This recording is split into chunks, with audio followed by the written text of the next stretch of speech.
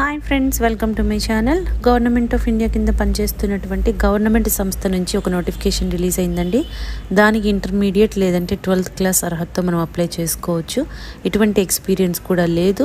దీనికి మీకు చేరగానే 45,000 వరకు జీతం వస్తుంది అండ్ మీకు అకామిడేషన్ కూడా వాళ్ళే ఇస్తారు. దీనికి లాస్ట్ డేట్ వచ్చి 3rd జూలై వరకు కూడా టైం ఉందండి. సో కంప్లీట్గా జాబ్ డీటెయిల్స్ అన్నీ కూడా క్లియర్గా వెబ్సైట్కి వెళ్ళి చూద్దాము. కాబట్టి వీడియో ఎక్కడా మిస్ కాకుండా లాస్ట్ వరకు చూడండి ఫ్రెండ్స్. నోటిఫికేషన్ ఈ విధంగా ఉందండి. డీటెయిల్స్ అన్నీ కూడా క్లియర్గా చూద్దాము. ఇది ఏంటంటే first joint Indian coast guard వీళ్ళు మనకి నోటిఫికేషన్ రిలీజ్ చేస్తున్నారు. మినిస్ట్రీ ఆఫ్ డిఫెన్స్ కింద పనిచేస్తున్నటువంటి ఇండియన్ గవర్నమెంట్ సంస్థ.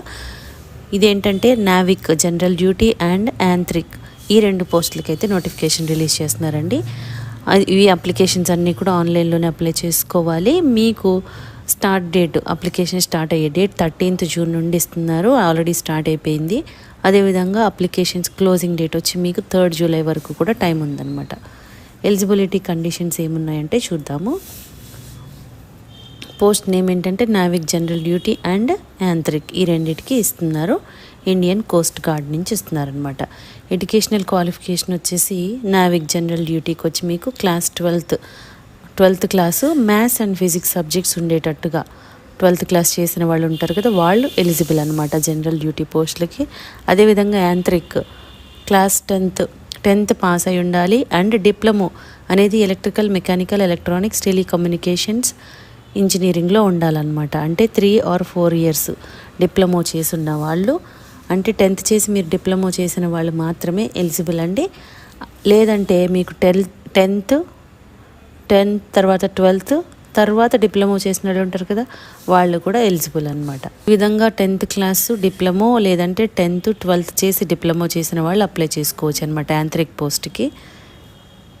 వివిధ రకాల పోస్టులు ఇస్తున్నారండి. ఇవన్నీ కూడా చూద్దాము. యాంత్రిక్ క్యాడర్కి ఏంటంటే electrical, mechanical and electronics, telecommunications, అందులో రేడియో ఆర్ పవర్ ఇంజనీరింగ్ ఉందన్నమాట. ఈ బ్రాంచెస్కి ఇస్తున్నారు. ఇందులో మీకు మళ్ళీ డిప్లొమో అనేది ఏ కోర్సులో చేసి ఉండాలో క్లియర్గా ఇస్తున్నారు. ఇప్పుడు ఎలక్ట్రికల్ ఇంజనీరింగ్లో డిప్లొమో చేసిన వాళ్ళల్లో మళ్ళీ ఎలక్ట్రికల్లో డివిజన్స్ ఉంటాయి కదా, అవి కూడా మీరు చెక్ చేసుకోవచ్చు. మెకానికల్లో కూడా వివిధ రకాల డివిజన్స్ ఉన్నాయన్నమాట.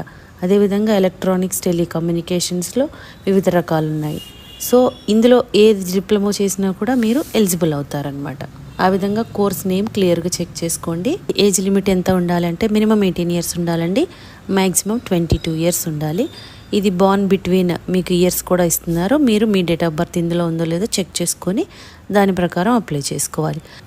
మీకు దీనికి ఏజ్ రిలాక్సేషన్ కూడా ఉందండి. SC ST వాళ్ళకి 5 years ఇస్తున్నారు, OBC వాళ్ళకి 3 years ఇస్తున్నారు అనమాట. వేకెన్సీ డీటెయిల్స్ ఎలా ఇచ్చారంటే రీజియన్ ఆర్ జోన్ వైజ్గా ఇస్తున్నారు అండ్ కేటగిరీ వైజ్గా కూడా పోస్టులు వైజ్గా ఇస్తున్నారనమాట.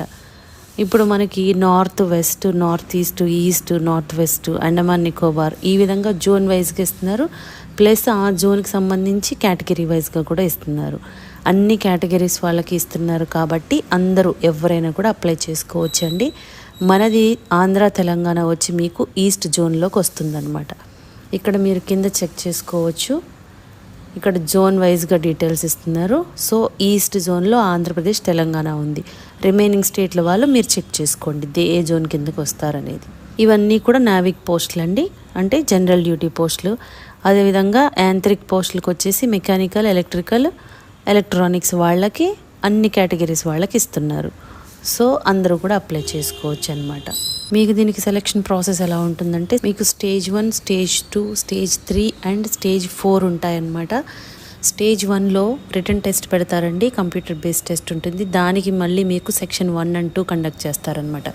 నావిక్ జనరల్ డ్యూటీ వాళ్ళకి Section 1 and 2 ఉంటుంది. అలాగే యాంత్రిక్ వాళ్ళకు కూడా Section 1+3, 1+4, 1+5 ఈ విధంగా ఇస్తున్నారు. దీనికి మీకు ఇప్పుడు మీరు ఈ సెక్షన్స్ అనేవి ఇక్కడ Section 1 and 2, 1 and 3, 1 and 4, 1 and 5 ఉంది కదా, ఈ సెక్షన్స్ అనేవి కింద టేబుల్లో ఇచ్చారు, మీరు క్లియర్గా చెక్ చేసుకోండి.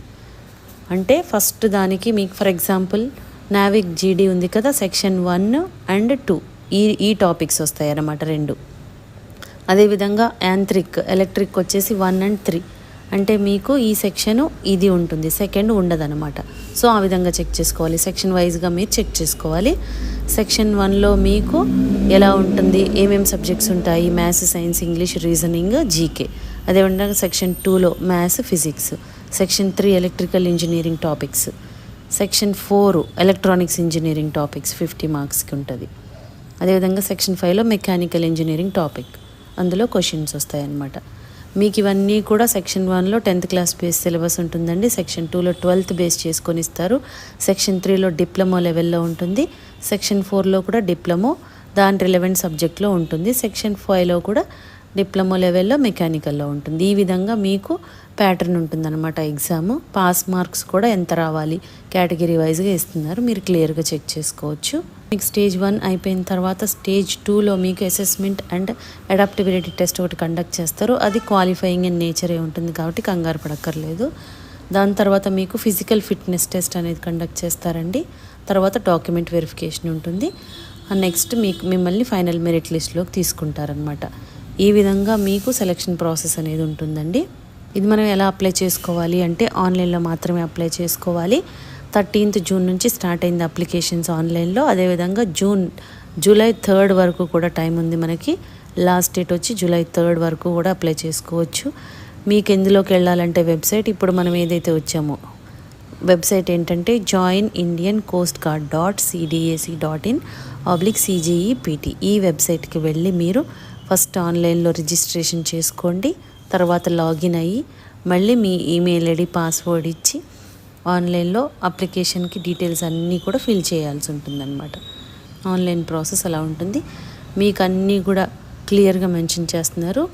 ఒకసారి మీరు డీటెయిల్ నోటిఫికేషన్ అంతా చదివి అప్పుడు అప్లికేషన్ స్టార్ట్ చేసుకోండి, ఈజీగా ఉంటుంది. దీనికి ఎగ్జామినేషన్ ఫీజు ఎంత ఉందంటే SC ST వాళ్ళకి ఎటువంటి ఫీజు లేదండి. అదేవిధంగా రిమైనింగ్ వాళ్ళందరూ కూడా 300 రూపీస్ పే చేయాలన్నమాట. ఎగ్జామినేషన్ సిటీస్ కూడా మనకి అందుబాటులోనే, మన ఎక్కడ లోకల్ మన లొకేషన్స్ ఎక్కడో అక్కడ ఇస్తారు. అయితే 5 ప్రిఫరెన్స్ ఇస్తారు. మనం దగ్గరలో ఉన్న చూసుకొని ఆ ప్రయారిటీ ఇచ్చుకోవాలి వాటికి. ఇక్కడ మీకు టెంటేటివ్ డేట్స్ ఫర్ ఎగ్జామినేషన్స్ అంటుంటే స్టేజ్ 1, స్టేజ్ 2, స్టేజ్ 3కి రెండిటికి కూడా నావిక్ అండ్ యాంత్రిక్కి చూసుకోండి. September, November, mid of April 2025. So ఆ విధంగా ఉంటుంది. దీన్ని బట్టి మీరు ప్రిపరేషన్ స్టార్ట్ చేసుకోవాలి. నావిక్ జనరల్ డ్యూటీకి బేసిక్ పే 21,700 ఉంటుందండి. Plus dearness allowance and other allowances అంటున్నారు. అలవెన్సెస్ అన్నీ కూడా కలుపుకొని మనకి 45,000 ప్లస్ అకామిడేషన్ వాళ్ళే ప్రొవైడ్ చేస్తారు. అదేవిధంగా యాంత్రిక్కి 29,200 ఉంటుందండి. లెవెల్ 5 ప్రకారము దీనికి కూడా అలవెన్సెస్ కలుపుకొని మీకు 50,000 వరకు కూడా వస్తుంది. అండ్ మీకు ఏమేమి బెనిఫిట్స్ ఇస్తున్నారో అన్నీ కూడా ఇక్కడ క్లియర్గా మెన్షన్ చేశారు. సో చాలా రకాల బెనిఫిట్స్ ఉన్నాయండి. ఎవరైతే ఇంట్రెస్టెడ్ అండ్ ఎలిజిబుల్ క్యాండిడేట్స్ ఉన్నారో ఇమ్మీడియట్గా అప్లై చేసుకోండి ఫ్రెండ్స్. ఎందుకంటే ఇది చాలా మంచి అవకాశం.